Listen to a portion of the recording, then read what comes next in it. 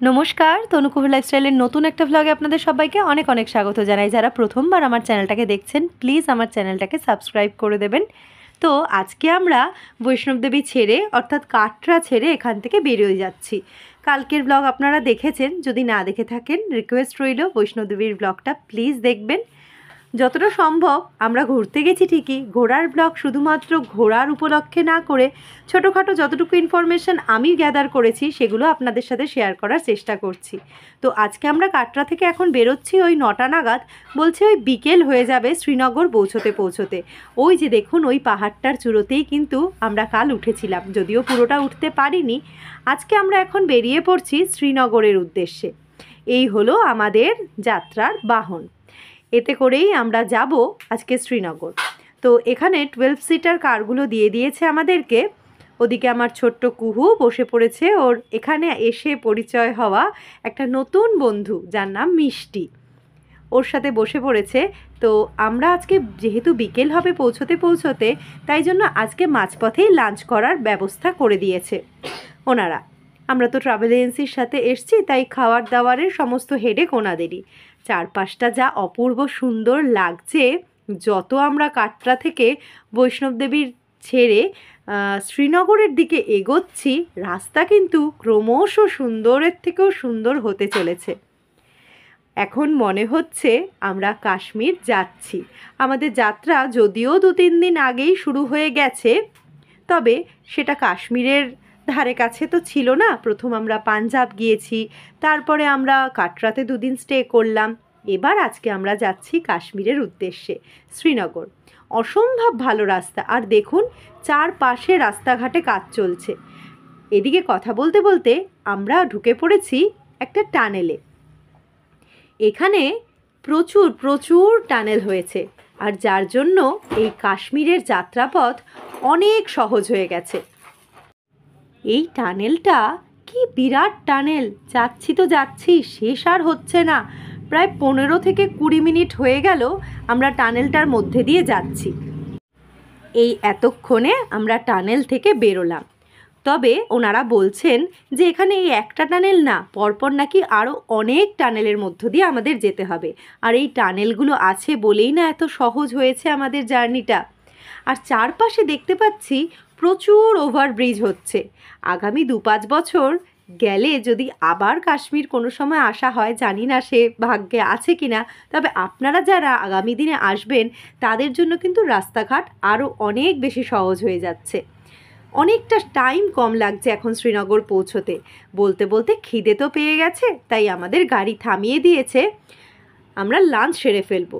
দেখুন আমরা কিন্তু প্রায় আজকে নিয়ে 2.5 নম্বর দিন হলো ভেজ খাচ্ছি, কারণ বৈষ্ণবদেবীর আশেপাশে দূর দূরান্ত পর্যন্ত নাকি ননভেজ একেবারেই অ্যালাউড নয়। তো আমরা তো আজকে বৈষ্ণবদেবীর সংলগ্ন এলাকাতেই রয়েছি, তো শ্রীনগর পৌঁছলে আজ রাত থেকে আবার আমাদের ননভেজ দেওয়া হবে। দেখুন আবার কিন্তু আমরা আরেকটা টানেলের মধ্যে দিয়ে বেরিয়ে গেলাম। কাটরা থেকে শ্রীনগর যেতে ওই 6-7 ঘন্টা মতো লাগে। এবার মাঝপথে যে যেভাবে দাঁড়াবে তার সেই অনুযায়ী সময় লাগবে।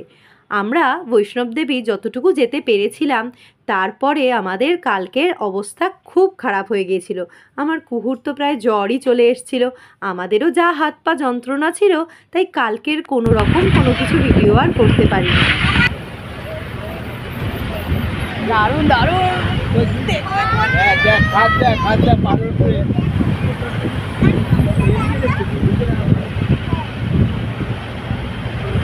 মা কত উঁচুতে উঠেছি, দেখ বাবা অনেক উঁচুতে উঠে গেছি। সবার মুখে এখন একটাই শব্দ, দারুণ দারুণ আর দারুণ। সত্যি যত এগোচ্ছি তত যেন আমাদের মধ্যে অস্থিরতা কাজ করছে যে কখন আমরা শ্রীনগর পৌঁছাবো। কিন্তু এই চলার পথের রাস্তা এতটাই সুন্দর। দেখুন এই হলো সেই কাশ্মীরের পাহাড়, অসম্ভব সুন্দর লাগছে, অসম্ভব, যা ভাষায় সত্যিই প্রকাশ করার মতো না। সামনে থেকে যখন দেখছিলাম মনে হচ্ছিল 2 চোখ ভরে দেখতেই থাকি। ওদিকে নীল পাহাড়, ওদিকে আকাশ, সবটা যেন একসাথে মিলেমিশে যাচ্ছে। এখন প্রায় বিকেলের দিকে সূর্য অস্ত যাওয়ার পালা, তার জন্য আকাশটা আরও যেন সুন্দর লাগছে। আমাদের পৌঁছতে আর খুব বেশি সময় বাকি নেই, তবে এখানে আমাদের গাড়ি আবার কিছুক্ষণের জন্য দাঁড় করাবে। অনেকক্ষণ একভাবে বসে থাকলে যা অসুবিধা হয় আর কি। ওই একটু চা বিস্কুট খাওয়া হবে, তারপরে আবার আমরা আমাদের যাত্রাপথে রওনা দেব। তো চলুন গিয়ে একটু বসা যাক। এখানে আমাদের গাড়ি থামিয়েছে, চারপাশটা দেখে এত সুন্দর লাগছে। আর এখানে আমরা নামতে না নামতেই এই কাশ্মীরের বিভিন্ন শালালারা কিন্তু চলে এসছে।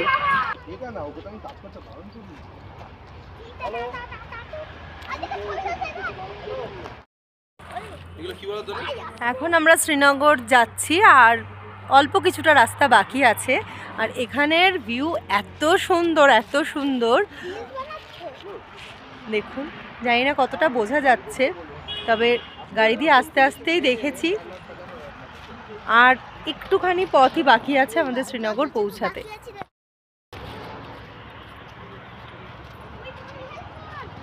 ওই যে দূরে দেখা যাচ্ছে পাহাড়ের চূড়ায় বরফ, মনে হচ্ছে টুক করে গিয়ে ধরে ফেলি।